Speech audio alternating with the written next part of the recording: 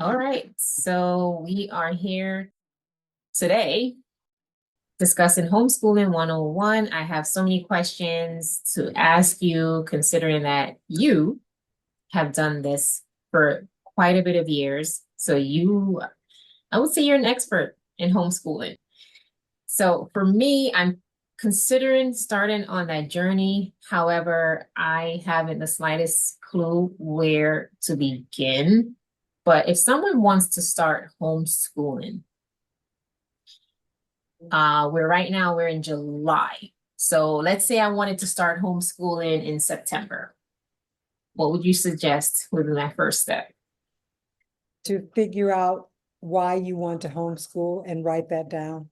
Because on the days that you don't feel like homeschooling, it's good to look back at that and Uh, remember why you actually started this journey for whatever that reason might be for you. mhm. Because I think that's important because, you will have challenges with home education, like with anything else. Right. Not, it's like any job. You're going to go into it and there will be obstacles and you'll have an opportunity to look back and think, okay, here's why I'm doing this. And this is why it's important to me, no matter what someone else says, no matter what obstacle comes up, this is why I'm doing this. This is my mission statement for home Oh, education. okay. Hmm. Okay. I like That would that. be the first thing. And then I think the second thing, one of the more important things is to find out the laws for home education within the state where you live. Right. Okay. Definitely need to know that so that you can fashion your school the way you would like for your school to be set up because you actually will be the principal instructor if you're not, unless you're doing it with someone else, but just you want to fashion your school the way that you want, but you want to do it within the constraints of the law to make sure that you're doing something Of where it's course. not going to fall back on you. So you want to find out what the laws are. And then I think you need to figure out the style of your school. Like in anything else, when people start schools, it's like, well, I would like to have a charter school, a private school, public school, and this is what we would like our school to look like. You have to do the same. You have to figure out what is important to you and what your school should look like, because otherwise you'll be fashioning your school after someone else, which is easier to do because all of us that have come from public education or private education and never being exposed to home education, we already have formulated in our mind what school should look like. The school that you came from or the schools that you were around or a part of or a family member was connected to, it's probably not going to be the school that you would like to see. Otherwise, you wouldn't be taking your Right. children out. You still have to figure out, what are you looking for? I don't think it's a good idea to just start schooling and not know the direction that you want your school to go in, what you want it to look like for you. It's going to be different, I think, for everyone. Right. Because if you are a parent that works, your school probably wouldn't look like the school that someone that's a stay-at-home mom. Even if you're a parent that works from home, your school still won't look like a mom that has her hours are set up different than yours. Not that she doesn't work, because stay-at-home moms work. We know that work just as hard as anybody else. But Yeah. but you have liberties that a person that's actually working for someone else might not have, that has Exactly. their schedule already set up. So you really need to figure out what you want your school to look like, how you would like to have that set up, what your hours will be. I think in most states, and don't quote me on this one, but I believe that every state, your child has to be in school 176 days a year. So that could look like your typical school year in a private or public school, or you could set your 176 days per year across the whole year. Meaning, when I home educated my children, we actually had school where we set it up like your typical school was set up, starting out 8:30 in the morning to 3:30. hour lunch in between, or 9 o'clock in the morning to 2 o'clock. We did that. And then we also adjusted our schedule where we schooled 4 days a week. Fridays was off. We used Fridays for cleaning so that the kids could have the weekends free. We also adjusted our schedule where we did 4 days a week. Friday was completely free along with Mhm. the rest of the days, and they did their school, during the day. It's just you have to figure out what works for you. 176 days is the requirement, but you can set your days up how you want. 9 weeks on, several weeks off, 3 weeks on, 6 weeks on, 2 weeks off. You can do it however you want because you are the principal instructor of your school, but you want to set it up where it's going to work for you Right. as the leader in your school, and then work around what works for your children, knowing that they probably would fall in line with whatever you set up, but you do want to make it where it's going to be advantageous for them as well. Like kids like to have Fridays off. That's always a good incentive.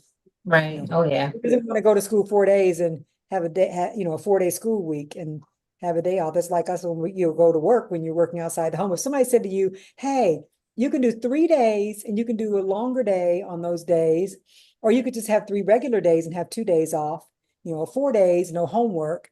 I mean, there's a lot of incentives that you can actually use because I think when Mhm. you're in school, they don't need homework anyway. They're doing Right. it They're doing it at home. right. How did you incorporate arts is okay, that's easier to incorporate, but what about like the other subjects like music and gym and dance?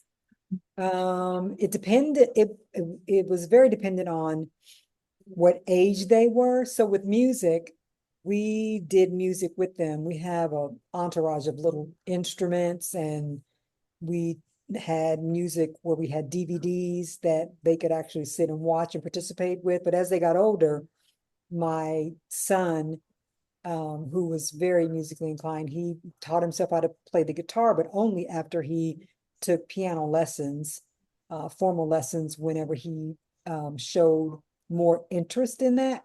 I'm not one to just put children in something just to be putting them in it and spend the money.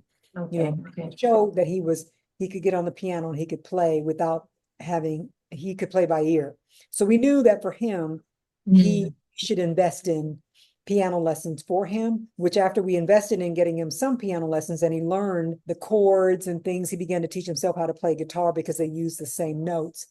Um, could he have done that without the teacher? Yes, because you can actually do what we did in the beginning. We actually bought tapes for them to learn how to play, which is how we found out that he actually could excel at that because he started picking up from the tapes a little bit more than what they were offering, but the other children weren't able to do that. So we knew that he was a little gifted in that area, or actually able, maybe not gifted, but able to, it clicked with him, whereas okay. the other kids just did not. One of the other children took violin lessons and they didn't last long. We felt like that was something that they would excel at, but it just wasn't. It was, I took violin lessons and then one of my children was more interested than the other ones. And so we allowed that child to participate, but it was something that I felt like they wanted to do because of me, not necessarily because they were Mm, really interested in violin lessons. One daughter showed an interest in dance. At 4, she was able to do a lot of the things in that look more like ballet. And so when she was 9, I bought her a ballet book and told her that if you can learn all of what they're teaching you in this book, I will consider, or my husband and I at the time would consider giving you lessons. Well, she did. She learned everything in the book because it was just something that was in her. I think that God just put in her. And so then we got her lessons at 9. She started taking ballet and excelled beyond almost all the students in the class. Or if she didn't excel beyond them, she caught up with them quickly. And the teacher was wondering how could she learn this just starting? And I explained to her that I had given her a book and she learned all the positions and everything beforehand. And she began to excel and became one of the assistants to the teacher, then became one of the teachers.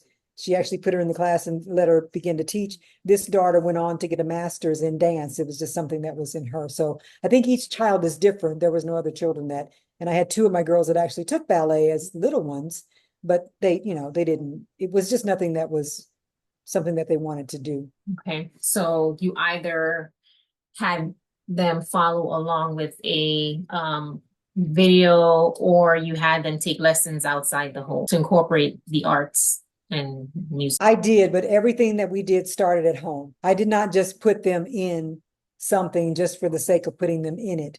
Mhm. Most of what we did started at home. I have music, cassettes, and VHS back then, and Right. then DVDs. One of my daughters actually made a ballet DVD to sell. The one that did the ballet, she actually made a beginner ballet DVD that she could actually sell to make money once Oh, she got into, yeah, it's just a basic, but it was very, I mean, it was professionally done. right.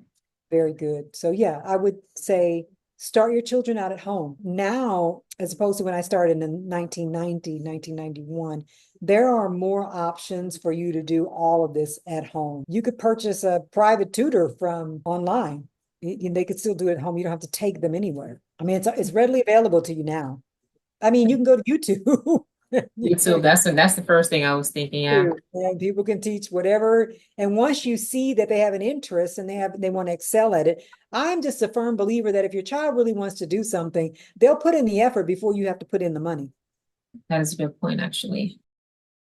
In terms of materials, I am no math teacher. I'm not an English teacher. I know math, I know reading, but one would think that you'd have to be somewhat more proficient above the average to be able to teach it. So how would I go about getting the material for social studies, science? Just get the books and just I do need to find a curriculum, I'm assuming, online for each grade so that I can assign the assignments based off of that. You could do it that way, or you can go to the library. Now the books that you probably need in a library. And let me just say this, as far as teaching, you saying we need to be proficient in teaching our children. You need to be proficient in the grade that they are. You got an eighth grader, she's not a 12th grader. The point that I'm making is a lot of parents get afraid, like, I don't think I can teach my child math, and they're in third grade. It's like, no, you can teach your child math, they're in third grade. And if you can't teach your child math in third grade, then you just need to hire somebody to teach your child math in third grade. But Mhm.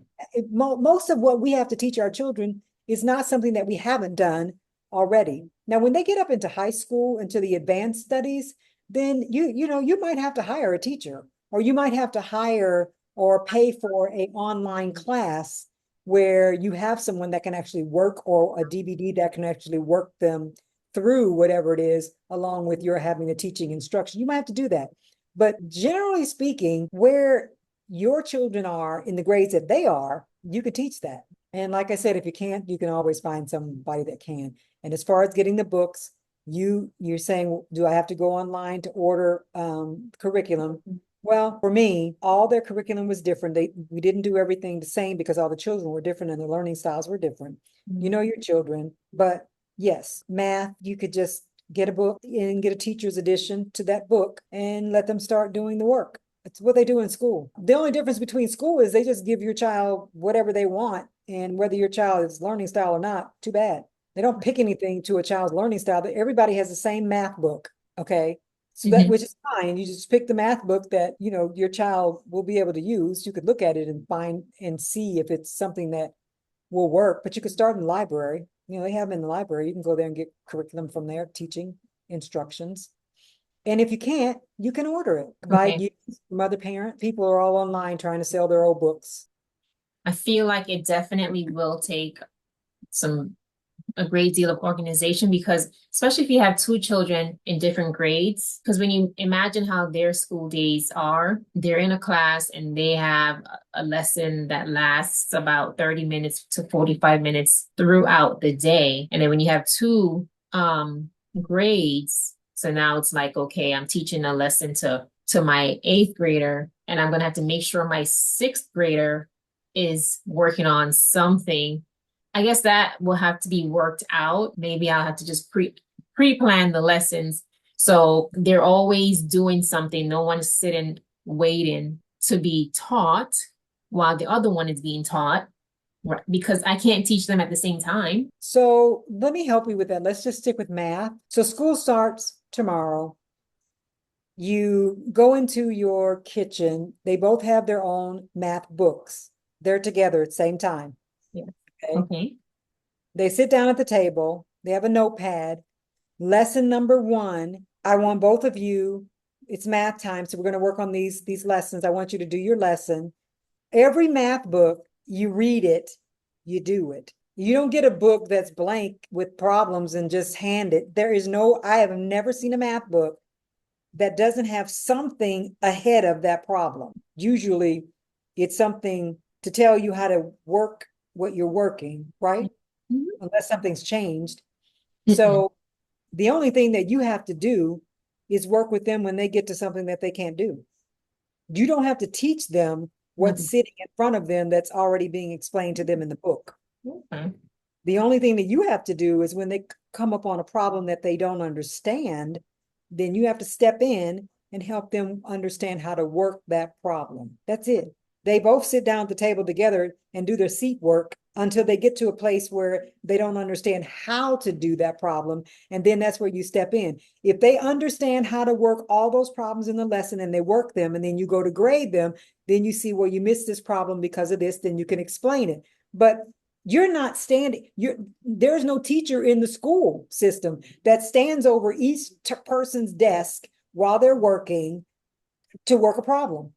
No, None. no, they stand in front of the entire class and they explain the concept and they give like a couple examples. Then they take over, the students take over and do their independent work. Yes, and that's holistically to the whole class. But if that concept is in the book, you don't have to explain that if they already understand it, right? If they already understand it, right? Right.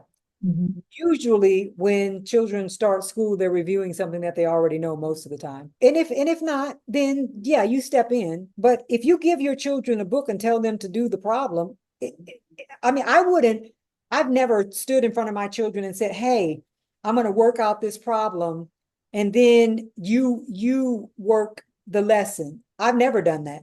I give my children the book. You work these problems. You do lesson number one today. You do lesson number one in your book, whatever book you're in, because they were all in the room with me together with math. Mhm. Work your lesson. If you come across something that you don't understand, I will help you. I've never stood in front of my children and said, okay, this is the lesson today, and we're going to work out these problems and the concepts, and I'm going to do them on the board, and then I Wow. want you to do the lesson. It's extra work. I want to see what you know. Sit down, do the lesson. Otherwise, I'm wasting my time because if you don't know it, you're gonna have to tell me you don't know it anyway. So why would I want to stand up there and waste 15 minutes of my time? Just give you the book and then you tell me what you don't You know. see, now this is why I thought I was like, this is gonna be too much work because I'm gonna have to be teaching lessons to You're only teaching what they don't know. You don't need to teach them what they know. And the only way to find out what they don't know is to let them work through something until they tell you they don't know it, or you figure it out by grading it. And okay, I see they don't understand this concept. So let's go back over there and let's do this again. Then redo it. And they got it. Do you Oh, understand it? Let's give you a couple more of those problems. Make sure you got it. But you're wasting time. This is what I always tell parents. You have to fashion your school the way that you want it to be ran, because we will try to run our school like the school system ran the school and it will kill us because there's a lot of extra work because they have 30 students, 25 students. So they have to stand up there because with that many students, you can't keep up to figure out who knows what, because you're not on a one-on-one basis with them at any point. Unless they're failing something, you recognize it and then you try to help them. And then it usually gets to the point where they just have to have a tutor because it's too many, which is why I'm an advocate for homeschooling. It's just a lot of time wasted in the school system. And God bless teachers because they are there and they can do wow. what they know how to do. God bless them because they're taking all the children, but they have so many, it's really hard for them to use that great skill set that they have to work with as many students that they have. Too much, Right. so don't, you're not going to stand in front of your children. You're going to go in. It's 9 o'clock, 8:30, whatever time your school starts. We're going to start, hopefully with some Bible. Get them started, get them going, and you're going to sit down and do your seat work. Your seat work is your math. Lulu, you're on lesson one. Susie, you're on lesson five. Wherever you are, work your lesson. It doesn't matter to me if you're on lesson 40 and you're on lesson 10. You work your lesson based on where you are, has nothing to do with where your sibling is, who is in a higher grade or a lower grade. They have nothing to do with each other. and I don't have to do anything with you until you get to the point to where you can't do it. You're teaching them how to independently study without you. You cannot babysit your children.